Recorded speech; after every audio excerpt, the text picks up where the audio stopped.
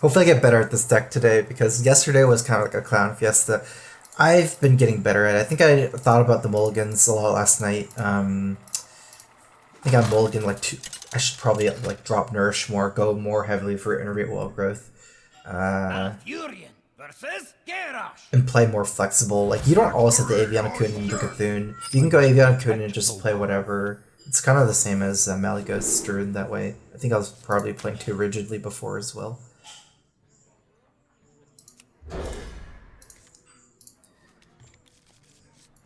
Maybe Legend today. Maybe we will try if everything goes well.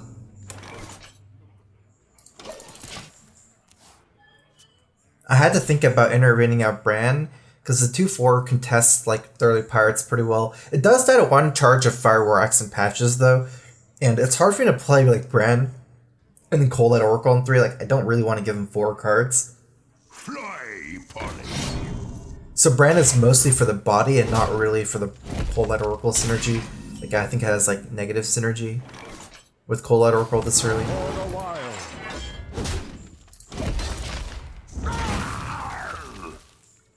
Been watching StrifeCro for years. That's a long time. I've been streaming for a while. Shoot my main man, what's happening? I am playing Hearthstone and streaming it. He has patches, yeah.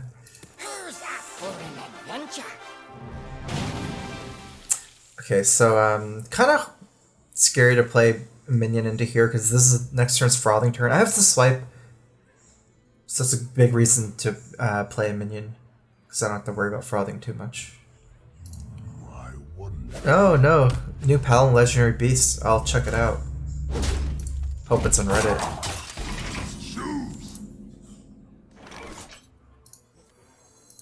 Who knows what secrets will uncover? He might have like he's holding patches. He didn't coin it out, so he might have like patches with coin, Bloodseal, Cultist. That's might be one reason why I was holding it. Anyways, I don't like Innervate at Wall Growth this turn because I would give 5 mana and I would probably swipe next turn, so I would float the mana next turn. Like, if I decide to swipe, I could still Innervate at Wall Growth on turn 4. And it's the same thing because I'm wasting the 1 mana if I Innervate out Wall Growth this turn, and this gives me more flexibility, right? The only like thing that I would spend 1 mana on is Naturalize if I Innervate at Wall Growth this turn and swipe Naturalize, but there's no way I ever swipe and Naturalize next turn. Like, that doesn't make sense, right? Because, yeah. I think so, at least. X marks the spot.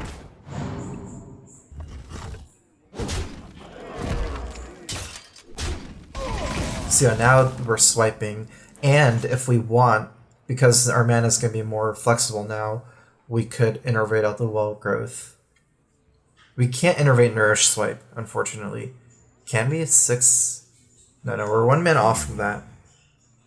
I don't like it. I don't like using Innervate for Wall Growth here, because if I want to Nourish on turn 5, I can draw Wrath, and Wrath is Corcoran Elite.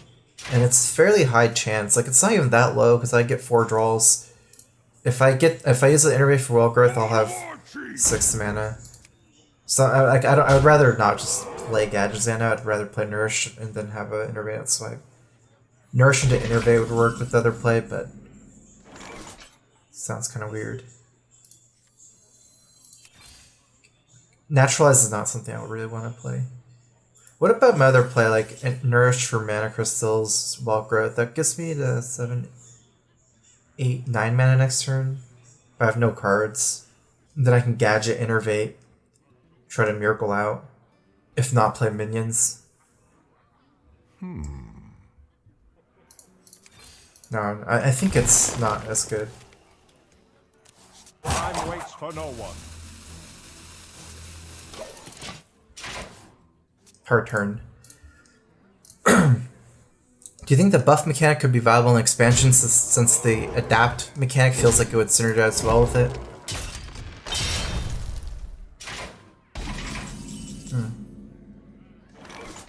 Auctioneer, Innervate Wrath.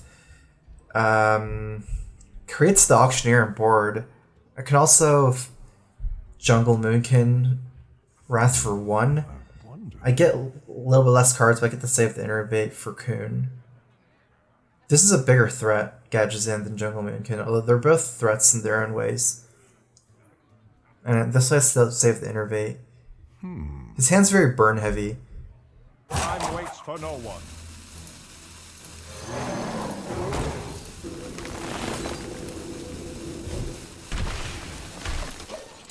I like this a little bit more because I can go Gadgetzan, Innervate, Feral Rage next turn. It's still maybe a little bit early. He probably leaves this up. And then he has like Moral Strikes with the spell damage sometimes too.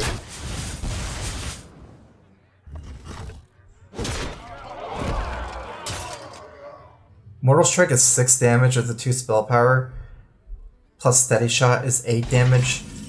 So I could just play Dark Irakoa and not Feral Rage for armor. I would probably not die.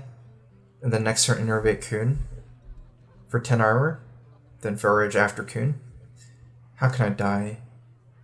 It looks safe enough. The ancient one. I'm trying to find the card. Nope, I don't see any new card on Reddit. How does Adapt Synergize with buff? Someone asked that in chat. I'm asking that question too. How does Adapt Synergize with hand buff better than any other minion? Poison keyword and the Wind Fury keywords are really good stat buffs. That's kind of true. I could see that. No. Die to Bash. I mean, kind of. I don't die to Bash. I die to Bash and Mortal Strike together. I don't think I'm playing around that since Bash is very uncommon. It's not that uncommon in Power Warrior, but he would have to have both Bash and Mortal Strike, and Bash being a card that's probably not in his deck like 80% of the time, I don't think is worth playing around. He can't double Mortal Strike, right? That's the only thing that goes through taunts.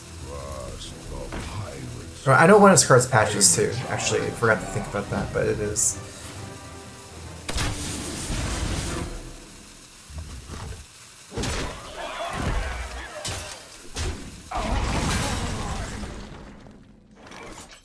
Four plus 7 is 11. Like, can we just go face?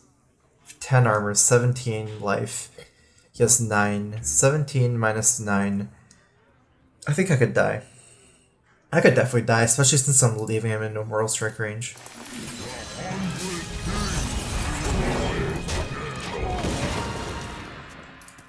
As far as matchups go, I don't know what matchup, like, what's better, Malygos or Kun or Cthulhu. The only one I'm sure that this deck is better is against Handlock, like Reno Lock, because you can naturalize on turn 4, and you know they play Mountain Giant a lot with Twilight Drake. Like they tap into Giant or Twilight Drake, and you can mill them. So that's something I know. But other than that, I'm very unsure. I don't know. Minions scale better if they have keywords. Yeah. There's a lot of minions with keywords though. But yeah, I could see some of that minions being pretty good. Like people don't use buff minions with like Frothing and stuff and Acolyte of Pain. And those are good minions for buffs too. It's just it's true that it's good. I just don't know how good it is. Papa Skyfox, thanks for the sub. Welcome to the Strife crew. Here's the Crowfist. Alright, let's count lethal here. We have 11, 12, 2 off lethal. Yeah, I don't think we ever die. Just punching this. So we take 2. We have 18 life. We take 2. He's 16 damage to kill us in 2 cards. That's not possible. So let's hit him for a 7 with the Kun. Just so we have better lethals next turn. I was just thinking if I can ever die, else I can trade Kun in and save myself the 2 damage. I'm not about putting like 1 power into the patches. Run into too much consistency issues. My hair is supposed to be purple. It looks a little bit blue on stream. A little bit purple. Malfurion versus Like say I had a swipe or a wrath even, it's probably different because then I can counteract like wall growth and then counteract whatever minions he plays a little bit more. Whereas a card like Mirekeeper is not defensive at all because it doesn't have taunt and it's not removal.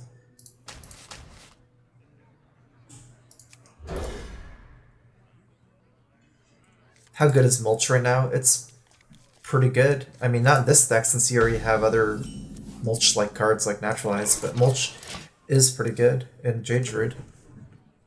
I think having one copy of Moonglade Pearl on Jade Druid is a good idea. No, not in Jade Druid. Might be okay in combo Druid because it buys you time, but Jade Druid you don't want to heal to lose tempo. Not really. Buying or selling.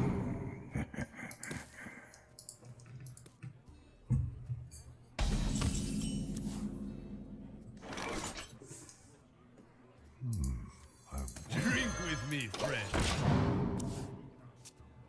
He gets a good trade, but with how tempo works, I'm saving myself a lot of damage. My eyes are open.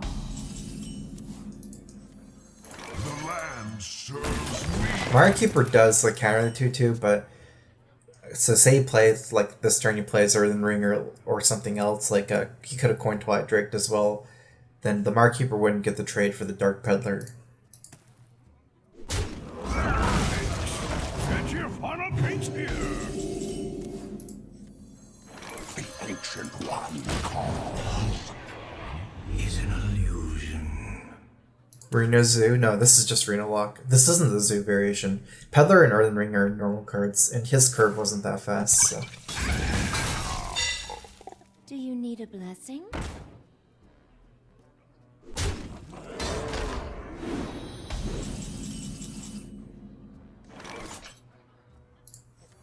The ancient one calls.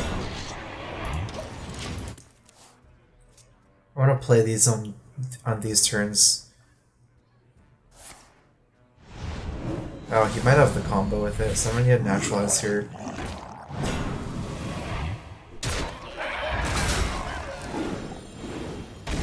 I have more cakes.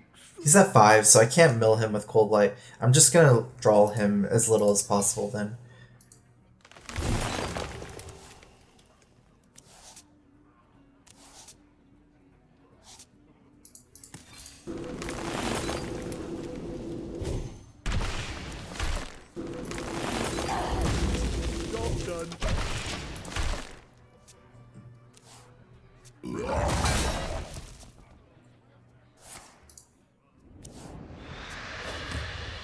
At last, a worthy disciple.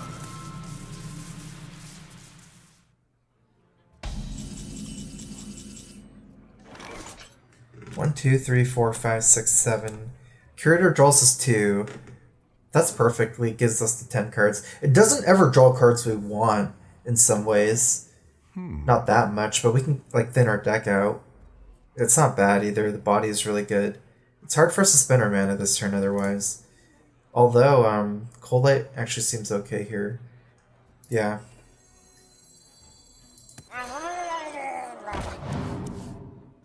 My hand is too full.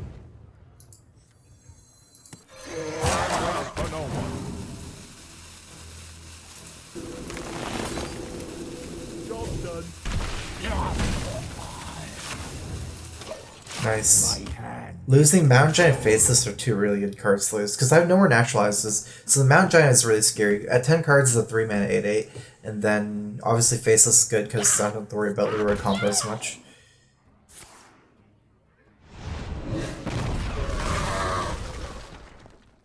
My curator still has 1 Coral Oracle and 1 Drake. I'm semi-fortunate not to have drawn them. So many possibilities. If we play Curator, we have to play Feral Rage after, or else we'll mill. Since I'm still winning the board, if I play Curator, I might use Feral Rage for damage. This is too much card draw with Gadget. The menagerie is for guests only.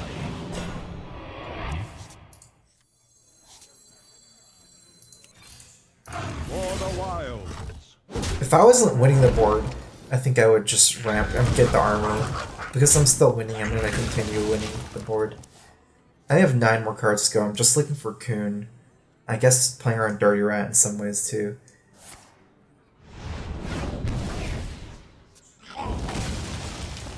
Then we can get our brand for Cthulhu.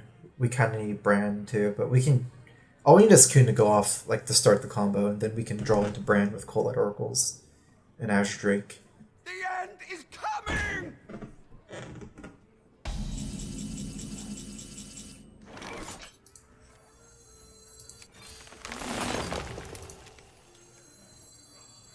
I got the best deals anywhere.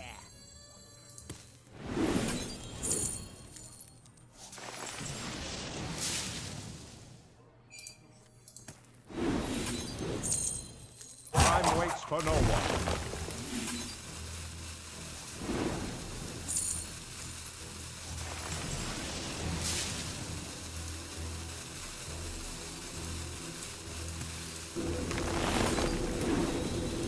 Do not touch.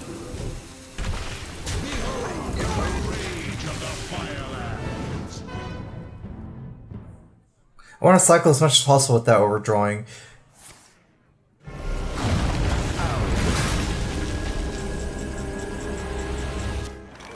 To guarantee we can combo next turn, we need to play one Drake. This will draw us our Coon, or, you know, if it doesn't draw us our Coon, then we would top deck it next turn. Next turn's our combo turn. You know, if we didn't play the Jungle Moonkin, it would play around Dirty Rat a little bit, I think. A little bit harder for him to Dirty Rat out my combo. And also, if he Dirty Rats, it's harder for him to clear my board because of the spell power that Jungle Moonkin offers. Winged children fill the skies. Almost out of time. Might be a mistake. Because now he has the spell power to deal with the Dirty Rat and Minion too. Oftentimes, the tempo is hurtful. We'll see.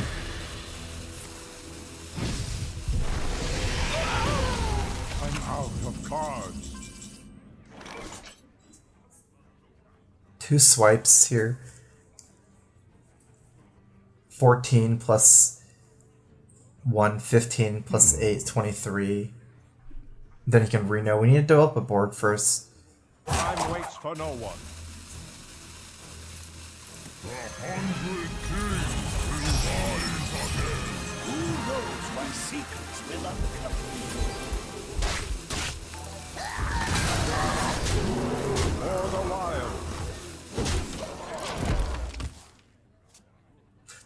The AoE that I'm mostly worried about is Kozakis Potion, and it is possible that he has AoE Polymorph. I think without playing Coon here, I'm a little bit too weak otherwise, but I did want to save Cthulhu, because it's a stronger minion.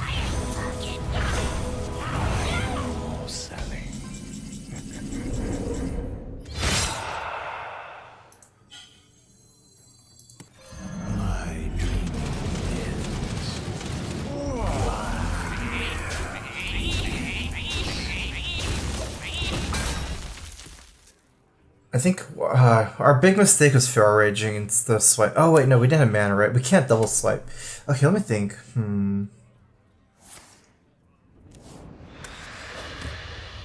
We're gonna be rich.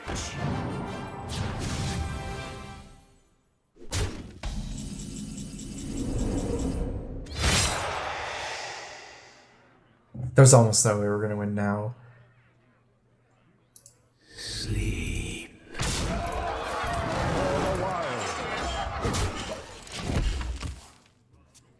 I think we should have used the spell power more and not played Bran. So instead of what we did that turn, I would have liked to see me play like Coon. Coon swipe hero power. And then even if he had the potion, I would have done more damage. I concede.